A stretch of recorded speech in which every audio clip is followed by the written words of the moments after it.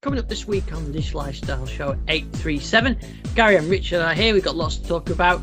We're talking about new builds of Windows 11, Android 11 hitting the Surface Duo, Bill Gates saving Windows 95, EV updates, and lots more. So let's get straight to Gary and Richard. Richard, good evening. Good evening. We should have Gary joining us shortly, but we've got plenty of bits to talk about this week.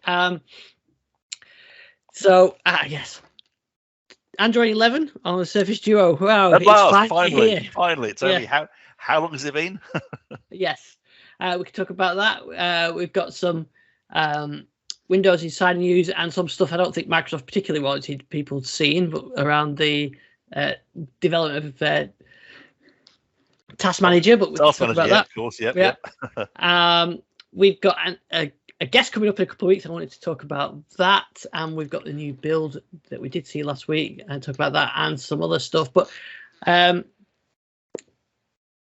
before we'll start with something that actually you had a story on the Register about Windows 95, and I thought it was quite interesting. And it's the what if side of it. So tell us what the story was first. Okay, well this is this all came about from a tweet which Brad Silverberg posted in response to a question of I think it was who made the most impact on your life or something, and he pinged up saying, well, Bill Gates, clearly. I mean, for those who don't know, Brad Silverberg, he joined Microsoft in 1990, so he was there kind of during the Windows era.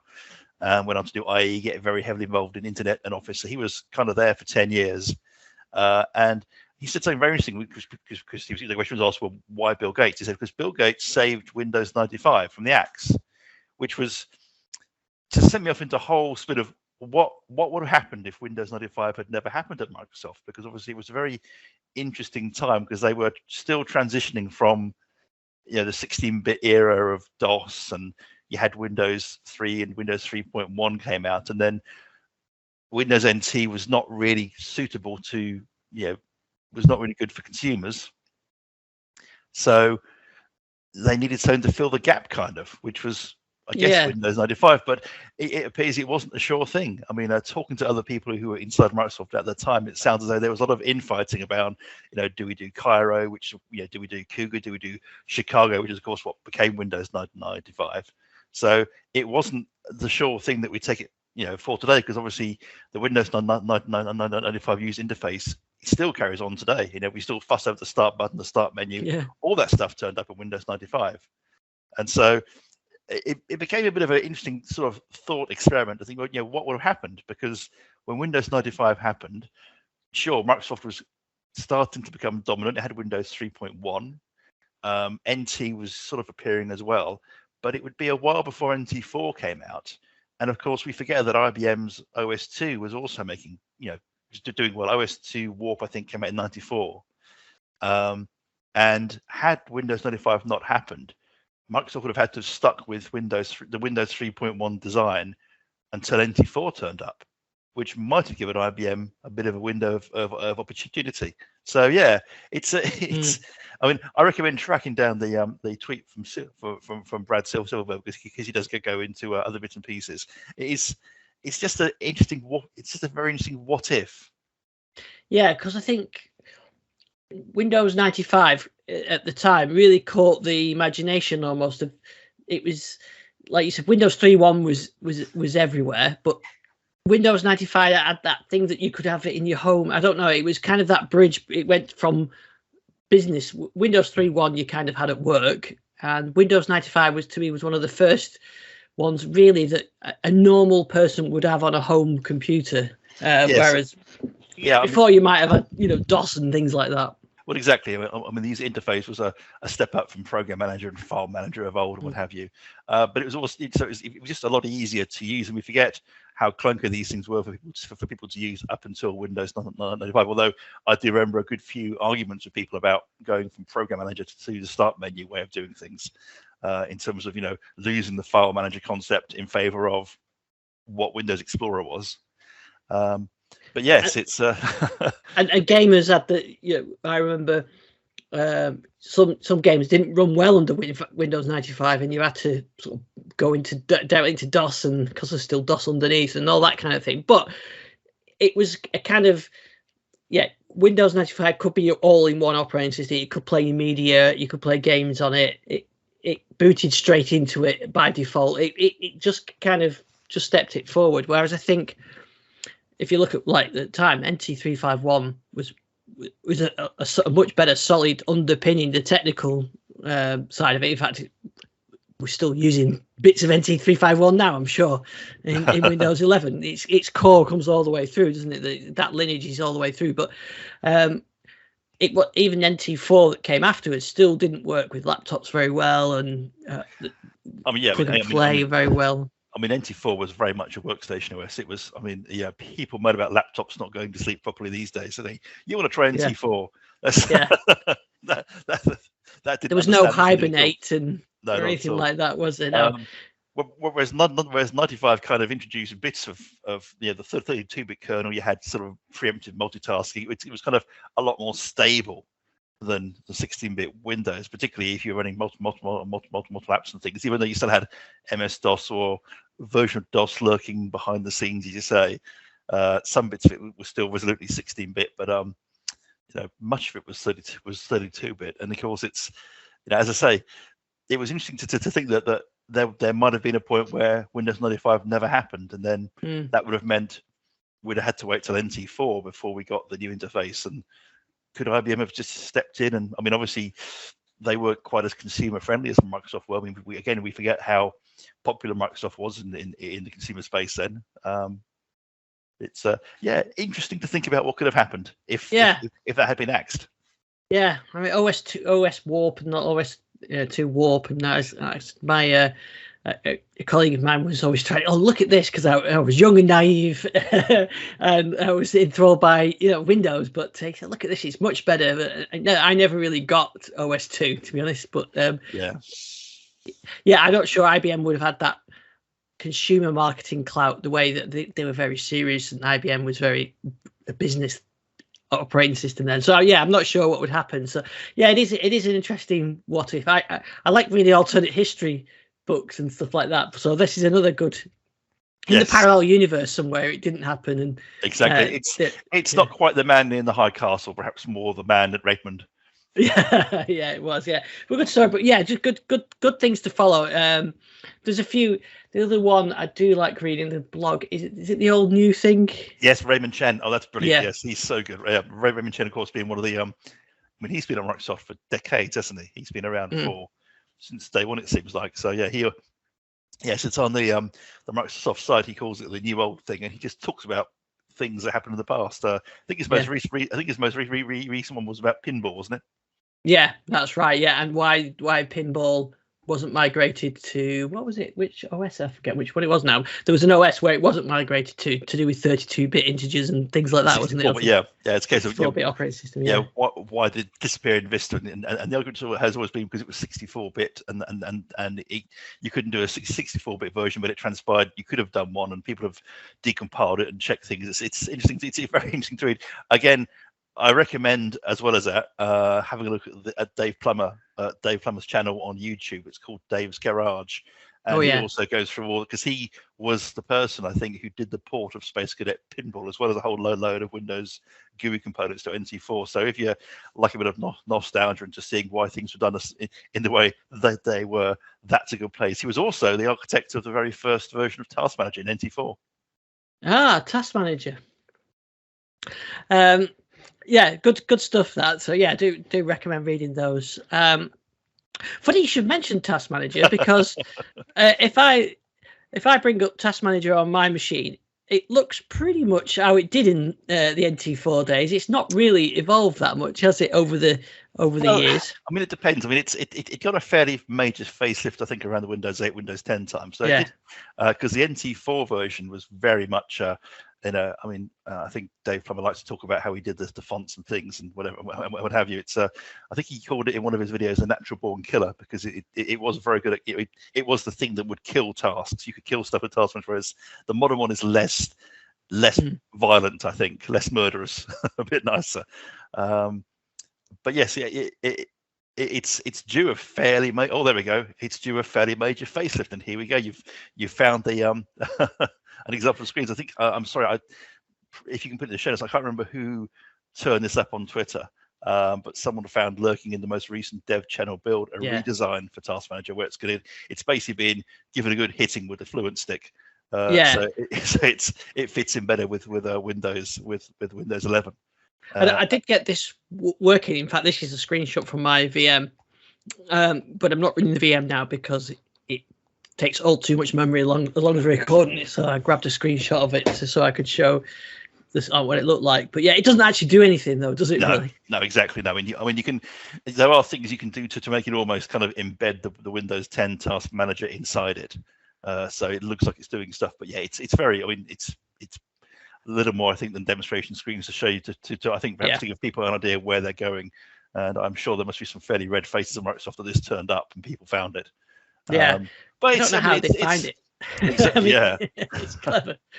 I mean, it fits in with the Windows 11 interface. It looks like it will be quite nice, really, when it's done, because when you launch Task Manager at the moment, you do lurch right back to Windows 10 and earlier, whereas this looks much more in keeping with what we've come to expect with Windows 11. Yeah, that's right. I mean, I did have a quick play with it, and I said none of this bit, the tasks actually work, but the settings are there, and the settings have got dark mode, light mode, so all the kind of things like with Notepad and Paint, they've had that update, and there's a bit of system information at the top. But yeah, it's good to see that they're working on it, and I'm sure it'll show up in A/B testing at some point in the future. Yeah, I mean, it can't be long, really. I mean, it looked as though they had some, it's quite far along the fact it's turned up in the dev channel build. So I'm sure, as you say, next few weeks or months it will appear. Although they were still changing bits in Task Manager, I think in the last dev channel build. Yeah, they were. Yeah, the last I got the build. I've got it here. So I got this. This is the build 22538 that came out last week. Not a huge amount with this, but what I did get is a little icon. I don't know if I can show it on the video. I did get is a little icon down the bottom. Oh, the entry point. The new entry point, as it's called. Yeah. Oh, I see. I mean, I got all the misaligned icons. Yes, I got those as well, which has now been fixed.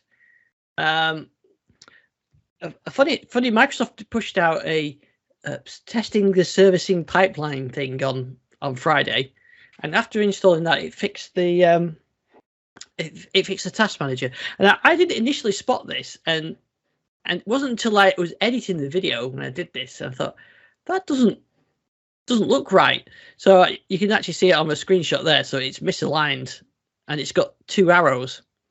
And I'm presuming what it is, the one on the left on this one works and has the Windows 10 style tooltip, and the one to the right of it doesn't work but has the Windows 11 tooltip. So I'm guessing that that's what they're planning to do, and they'll switch that one off and switch this one on when they've implemented it. But it showed up somehow, and that's what I was seeing there. And I didn't spot it at first, but I just thought it looks a bit raised, but I never really thought about it. And I was editing the video, I think that's not right. Anyway, it's fixed. What by fixed, I mean they've got rid of the new style one, and it's just back with the old one. Yeah. Although I have seen some people saying if you reboot again, it does return again, so it's like a bug. Yes, I mean, I run my dev channel. I run the ARM version in parallels on a Mac M1, and I mean, I've not seen it fixed in the servicing pipeline, but I do know they did say that if you reboot it a few times, it might go away. But hey, it's a dev channel build. Anything can happen. Yeah, exactly. And there's the weather icon and in the bottom. The widget's entry point is in the bottom left as well. I'm still not overly convinced by that, but there you go. It's a feature that's on there. And I think other than that, there was some speech controls updates for these speech inputs. Task. There's a focus rectangle in Alt Tab, which you get to see, but yeah, there wasn't a huge amount in the build this time. But hearing a few sources saying that they're close to signing off on this update, which I'm not sure is correct, but there's a few people saying that this is close to sign off, and this would be going to the testing in the summer for the October release. It seems a bit early to me. Usually it's about June, July Yeah, it's very early. We'll be able to tell you anyway, because they switch it over to the CO release branch, and then that's your clue. In fact, an interesting tidbit, talking about tweets, and I'll see if I can find this in a second. Did you know that actually the Microsoft, well, it's fairly, I suppose it makes sense, but Microsoft were testing Windows 11 with Windows Insiders last year, and we just didn't realize. And this is, I'm going to find things on the fly, which I'll try and do. But yeah, this was a tweet from last year that somehow Brandon LeBlanc tweeted, and somehow it ended up in, I spotted it in one of the Reddit groups that I'm in, that somebody was questioning something, and Brandon actually said, well, it was a Windows 11 release that you were trying, and you just didn't realize it because they didn't have the branding. And that was when we went on to CO release. Do you remember we were on CO release for some time, and we thought, oh, this is no fun. We're not getting any new features. And that was actually a Windows 11 build that we were trying, just without the UI changes switched on and the branding in there. So yeah, that was quite early last year. It was, I found the date here. So this was back in build 21390 in which would have been sometime in September, earlier than September. So when they went to CO release, as soon as they went to CO release, we were on Windows 11 last year, which I did a quick check of 21390, and it was actually on the release preview channel. I think it was in May.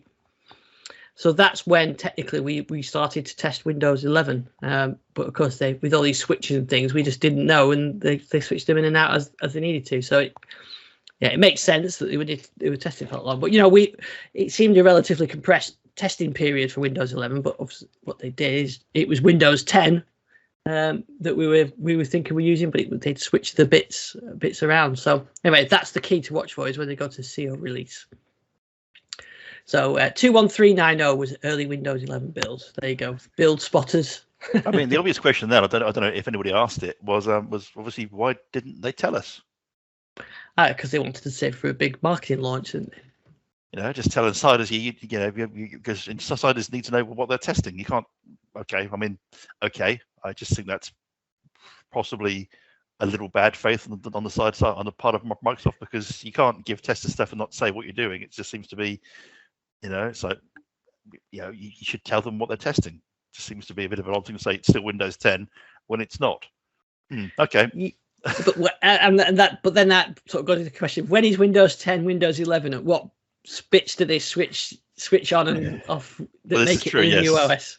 I mean, and again, this is one of the things that comes down to the hardware compatibility list. It's like, okay, so we were doing Windows 10 even then, even before you said, oh no, you must have these Intel chips, you must have TPM, otherwise nothing's going to work. It's like, well, clearly, that was nonsense. That was, again, marketing, because we were testing Windows 11 before that was even known about. So, okay, that has made me uncomfortable. I'm glad I made you feel uncomfortable.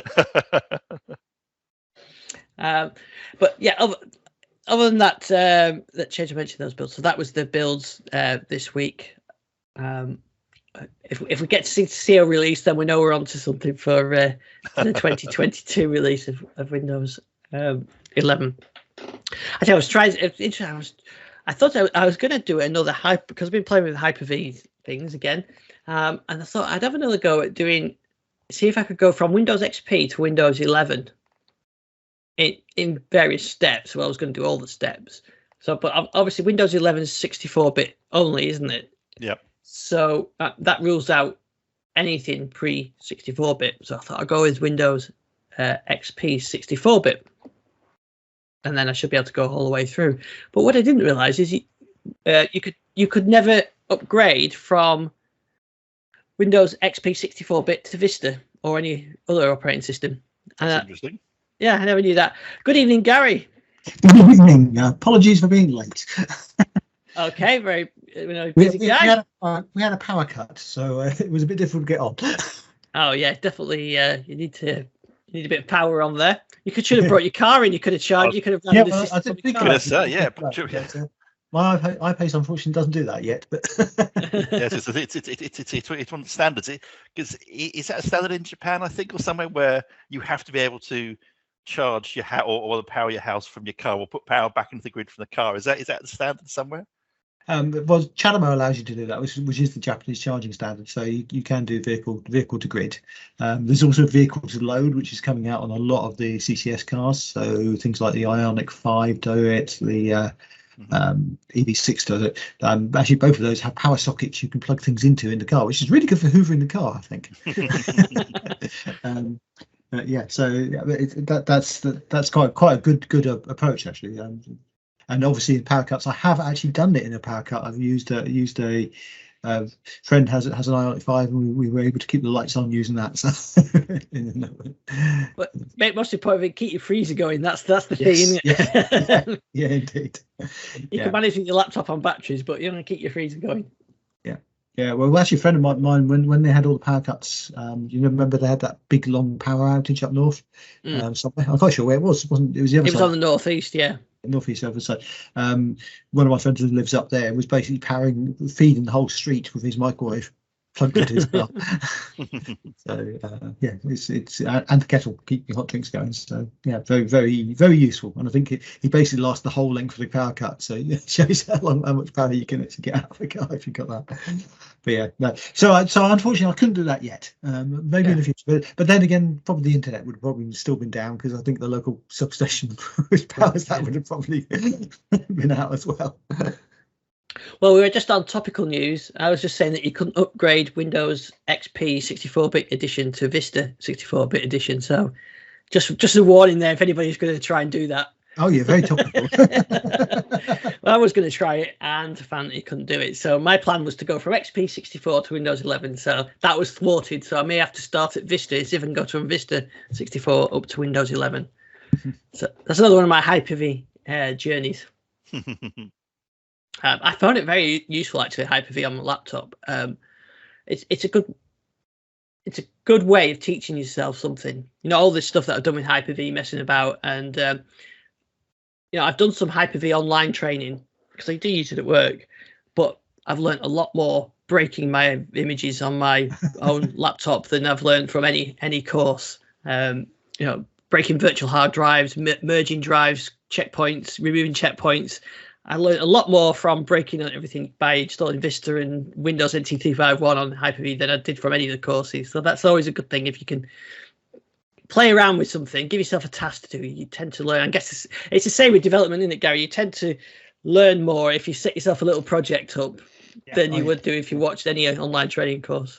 Yeah, I mean, I've been playing a lot with Logic apps recently because I've been forced to do something very quickly. Not something I usually play with, but the power of those things is amazing, and I'm just going to start using them at home because you can actually do an awful lot with Logic apps when you actually know what you're doing. As with Power Apps, and we obviously had the theme on about Power App stuff not so long ago, but it's very impressive. To go with it, I actually hit a problem with I was messing about with Hyper-V the other week. I had some checkpoints. In fact, I had one which had a checkpoint tree from NT351 to Windows 10, and I managed to break my image, and it came up with an internal ID side mismatch error or something like that on my Hyper-V images, and so it took me a while to figure it out. So I did do a video on that. I'm not expecting it to be a mass video that everyone's going to watch, but if it helps one person out, then it's done its job, because it took me ages to figure it out. And there's a really easy fix for it. So it basically means when you do your checkpoints in your Hyper-V, it creates a parent and a differential drive. What I've been doing is I've been nosying in the parent drive, and that then broke the link to the differential drive. And there's a way of fixing that. So if anybody has this mismatch identifiers, I've got a video on how to do it. And I think it's had 77 views or something like that. So if it's helped 77 people out, then I feel I've done my bit for society for now anyway. Right, what was the next topic I was going to talk about? Oh, might as well mention that. We mentioned we've got a guest in a few weeks.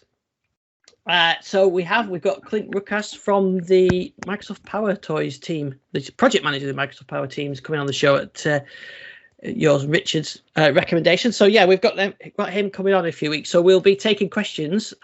Like we did with Brandon, I'll put them all together and then we'll save them for the show. So it's in a couple of weeks. So if you've got any questions about PowerToys, anything for Clint, I guess it's not just PowerToys. This is it's Microsoft's open source projects as well. That this is a big one, isn't it, of their strategy? Very much so, yeah. And obviously, we most of us, I think, are big users of PowerToys. So, and Clint is great. If you ever heard Clint talk, he's very open about what they're doing and how they're doing it. Well, it has to be. It's open source. I mean, it's all out there for the world to see. So it's not like he can really hide behind it.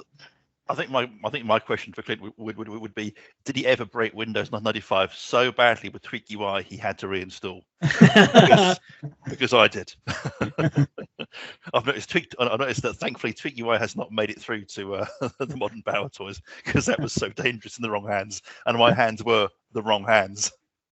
I've definitely did that, where you set the monitor refresh rate out or the monitor resolution outside of your monitors. Oh yeah. I've definitely done that.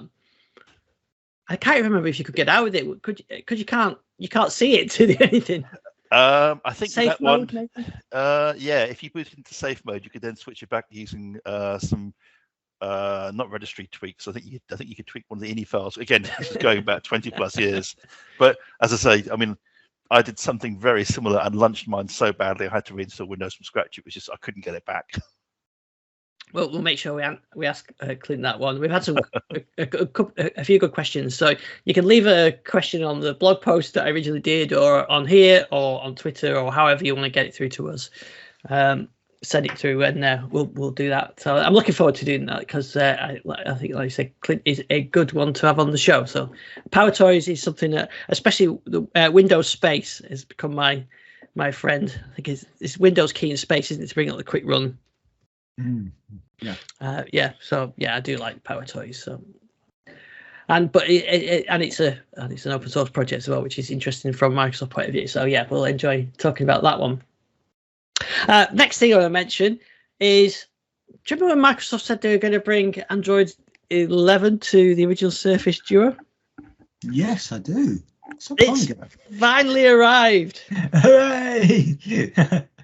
So I've been waiting for this moment for some time. I had my Surface Duo all ready to go to test it. I think they said before the end of the year, last year, but it's finally made it. So it's made it for before the end of February, or the end of January, which is quite good. About a 2 gig update. I've already put a video up of the changes. But actually, it's a nice set of changes if you're an original Duo user. It really takes it up, apart from the hardware of the camera and the better processor and the NFC. It really makes it almost feature parity between the two devices, because it's got all the option of the spanning of the applications, the auto spanning of applications when you open them.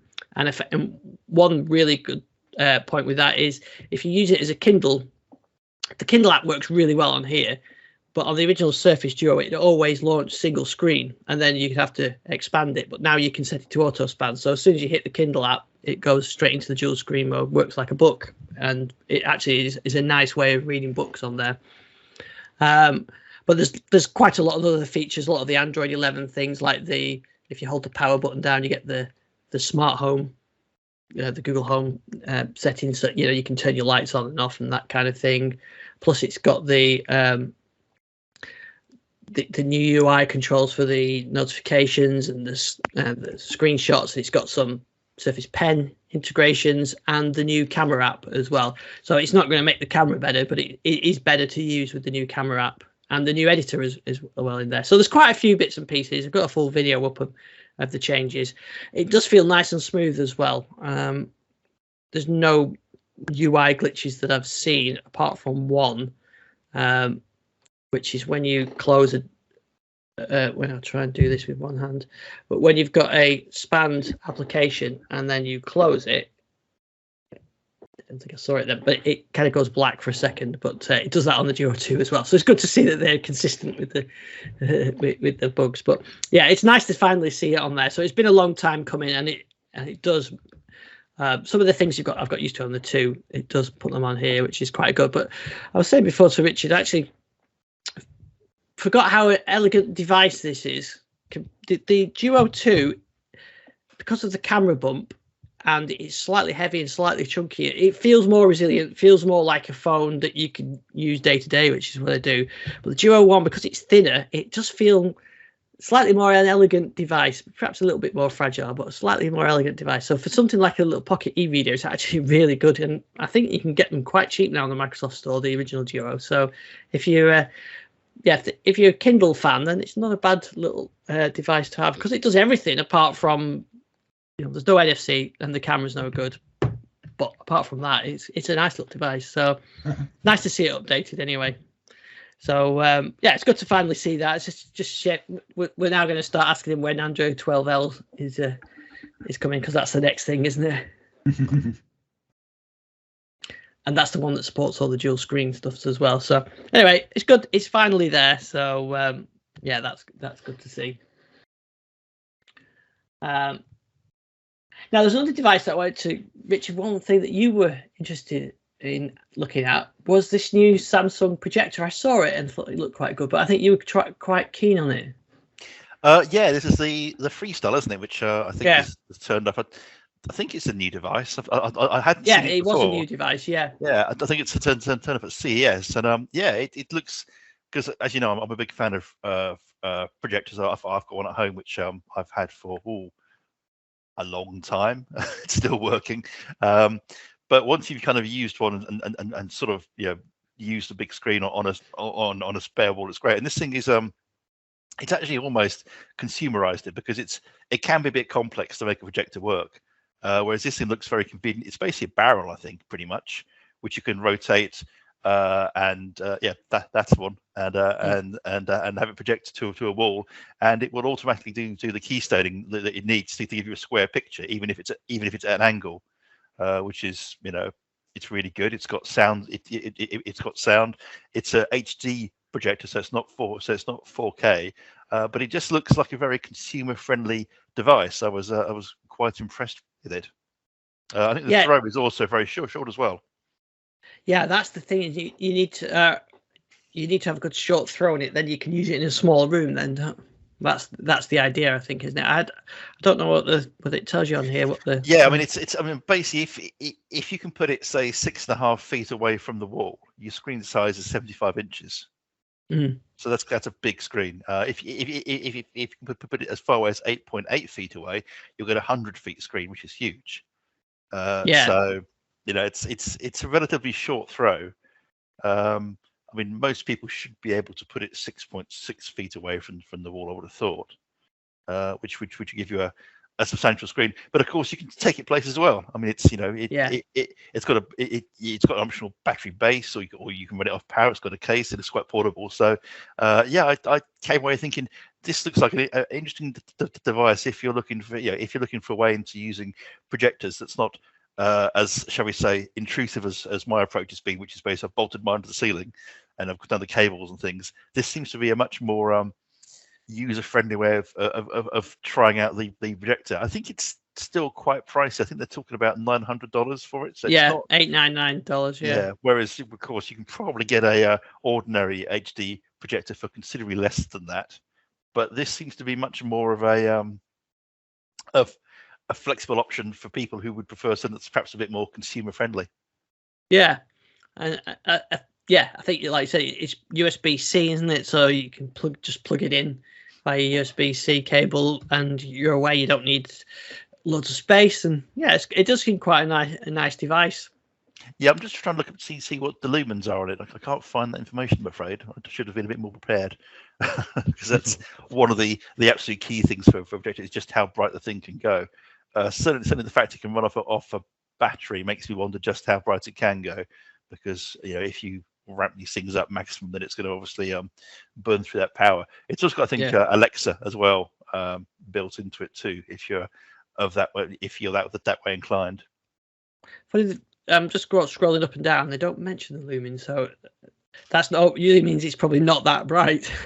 But I'm sure it'll be adequate for what you need anyway. For for Yeah, a normal environment room.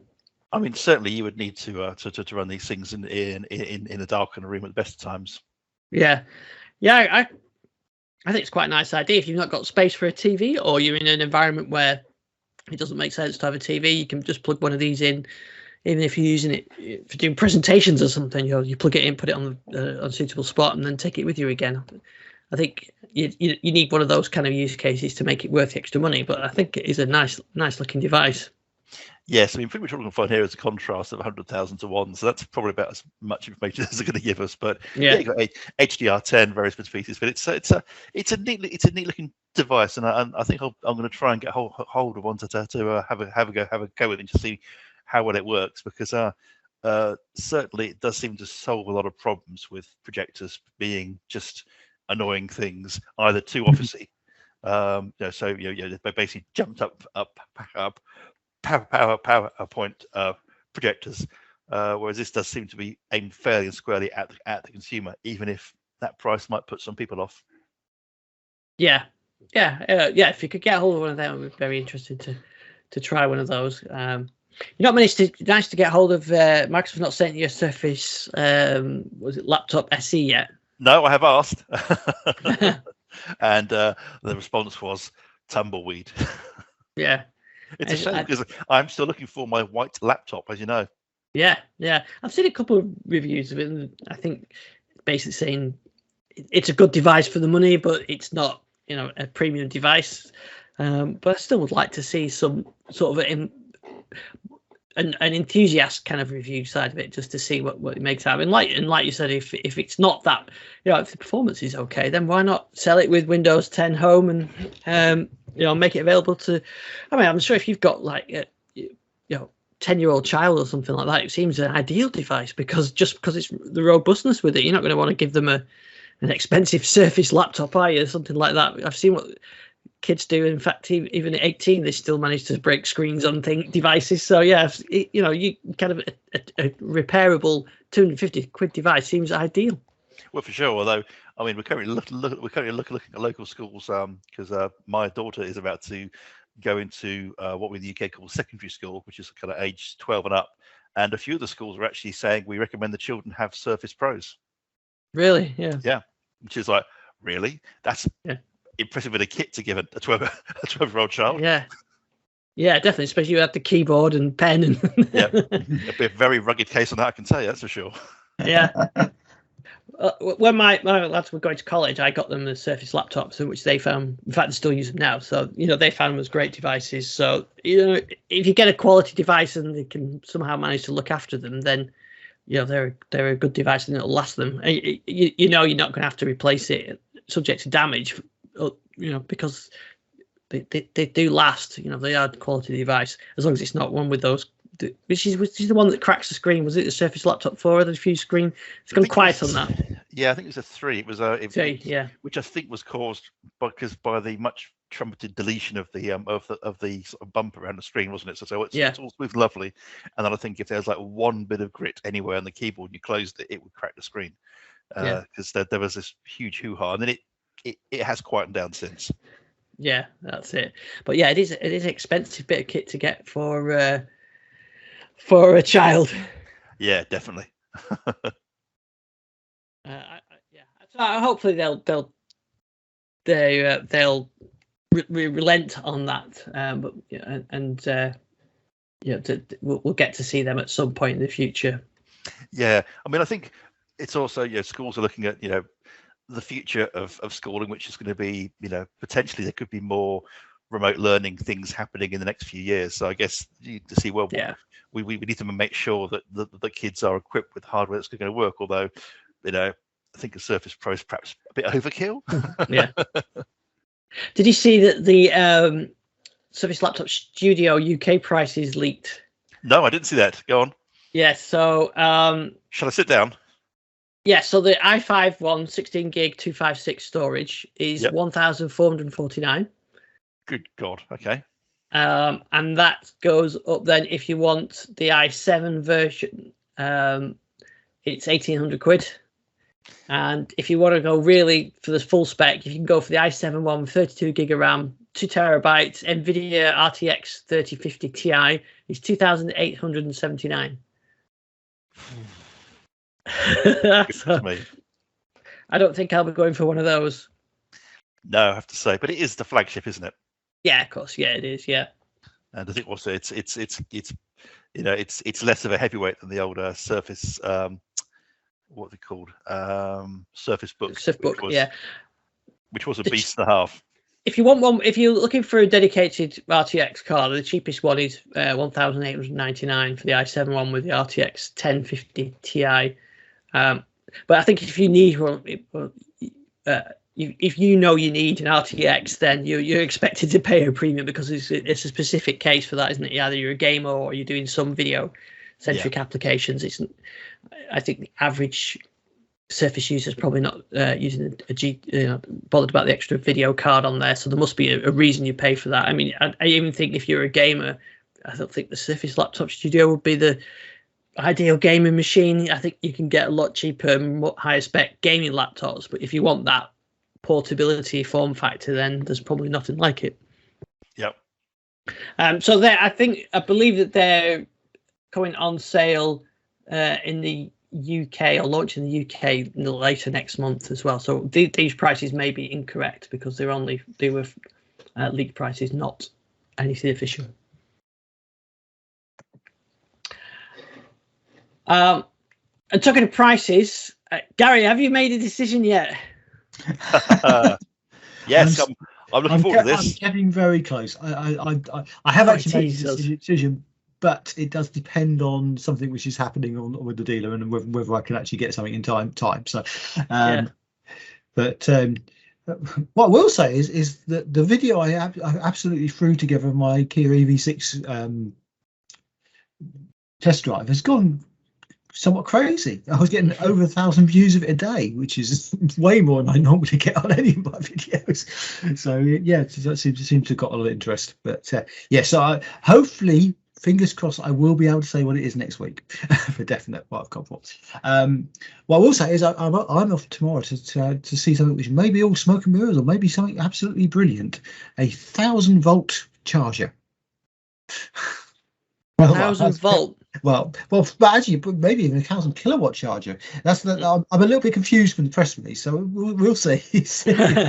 But it is. But I mean, they're claiming that with the batteries this company produce and the charger they're producing, that they will be able to charge a car in 10 minutes.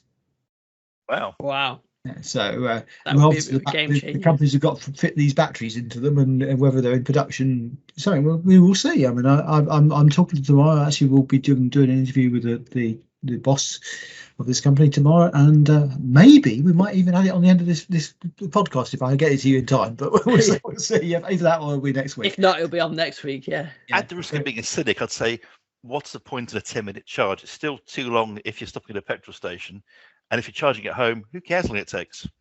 Yeah, well, if you're charging at home, you wouldn't do a 10-minute charge. I mean, 10 minutes actually is roughly what people spend at a petrol station. Yeah, I'd spend 10 minutes at a petrol station. What do you do in 10 minutes? I mean, an hour and 30, crikey, 10 minutes? Well actually, a long journey. Yeah. Are you browsing the shelves? I fancy some overpriced chocolate. Yes, there we go. The bathroom's there. I'll just wait there for a while.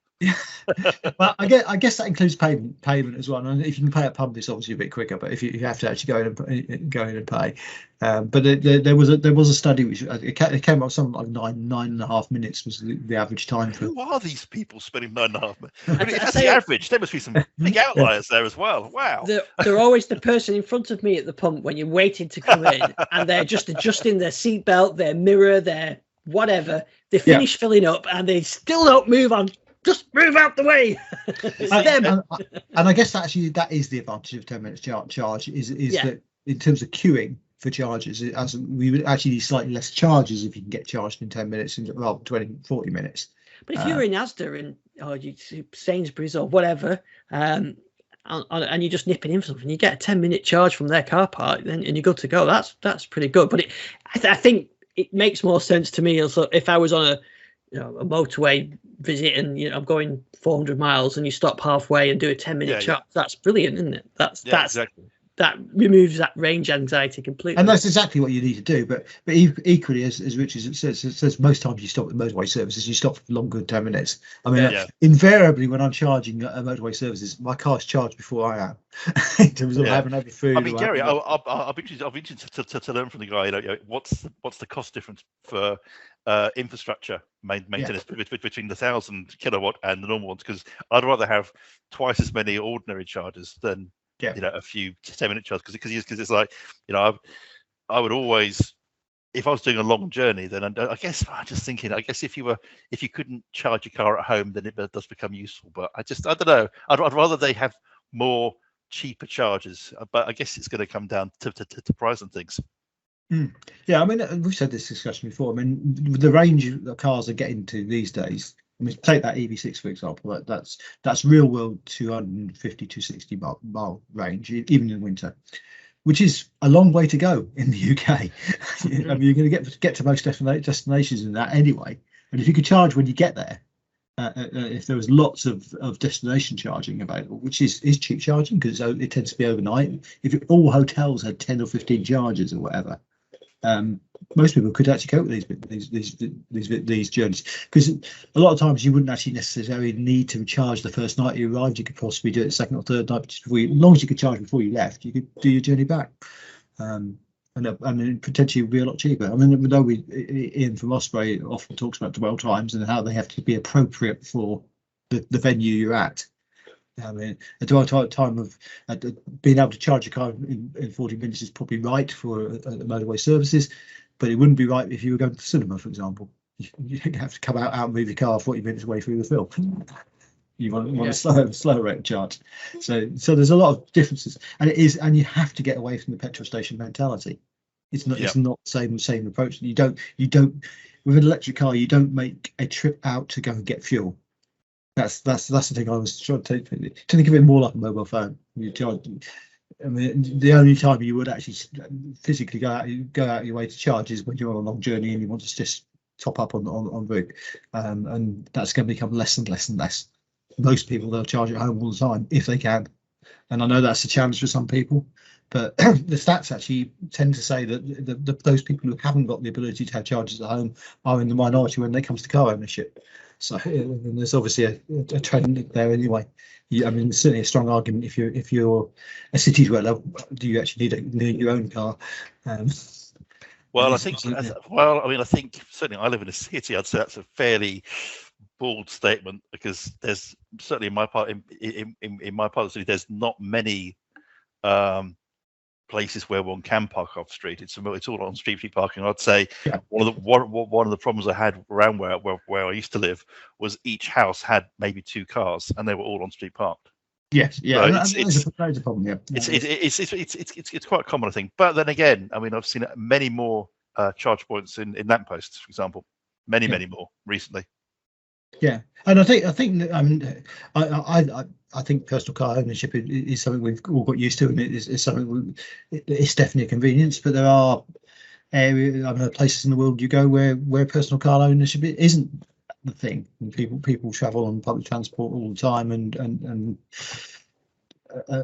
car share schemes are becoming bigger and bigger things. I mean, I know someone who lives in Paris, and he was saying the transition there has been phenomenal over the last year or 2 years. The number of cars has dropped off a lot, and a lot more people using personal transport, some electric transport or e-bikes, that sort of thing.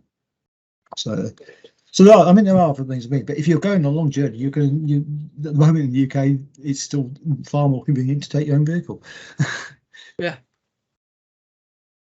Yeah, but all these advancements all the time, they're all small things, but it adds up to just to convince people like me that it's worth doing. So over a period of time, it chips away at the reasons why you wouldn't do it.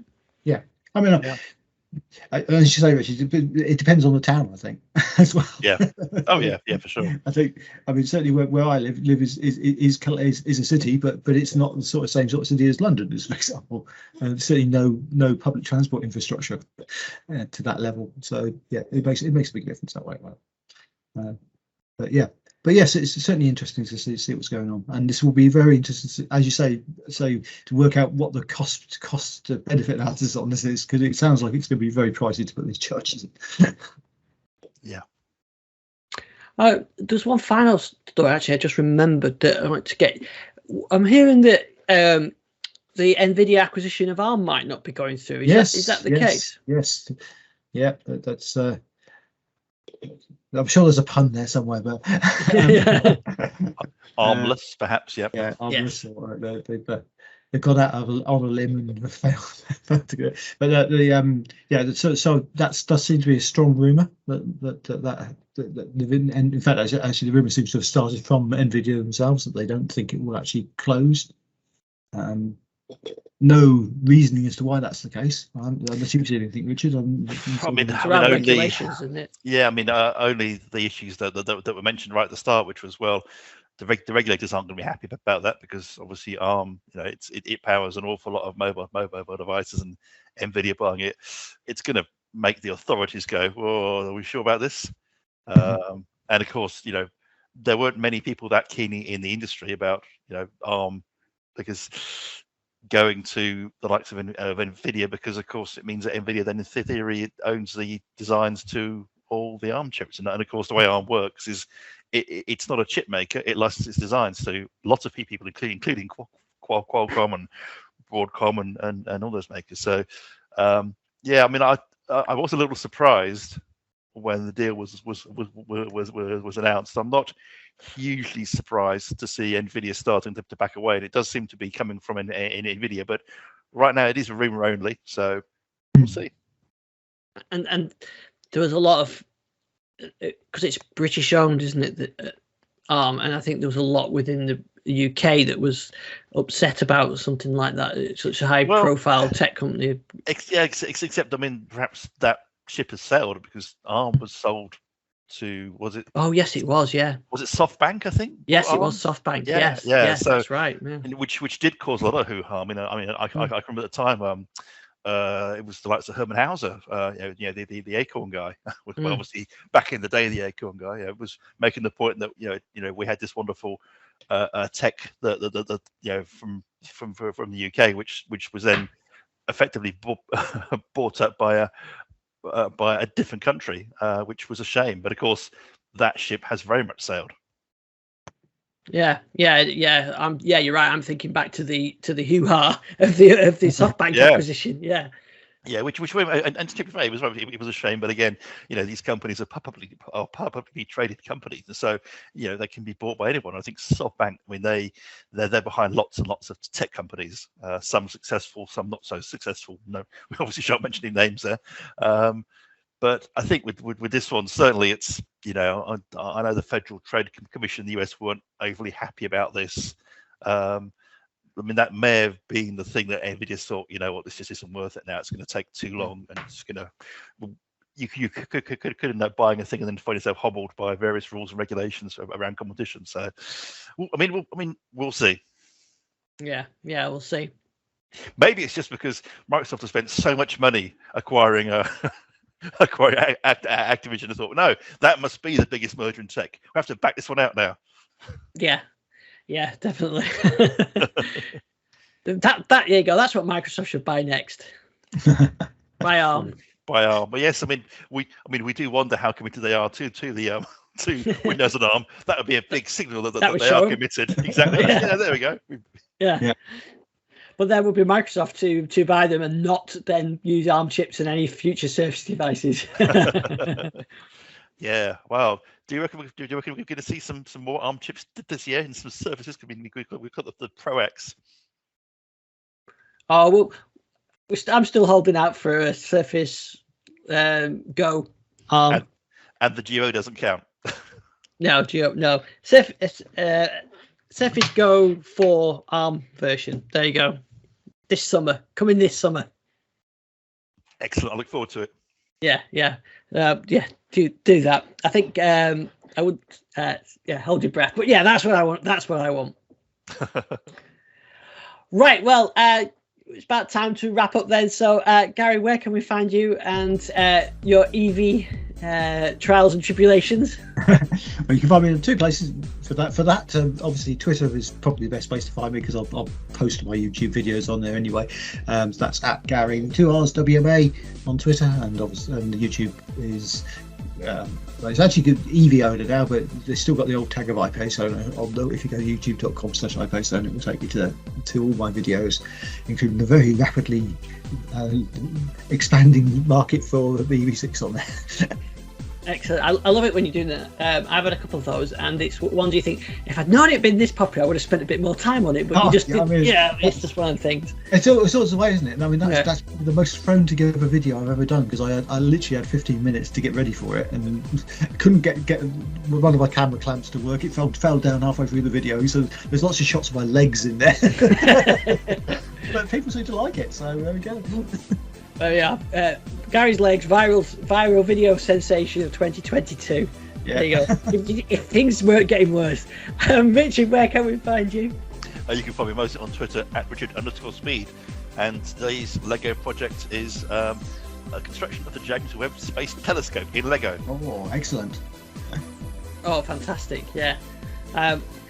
When do we get to tours of Richard's Lego? That's what a tour around your shed with Lego. No one needs to see that. It's getting quite tragic now. It's getting quite full, I imagine.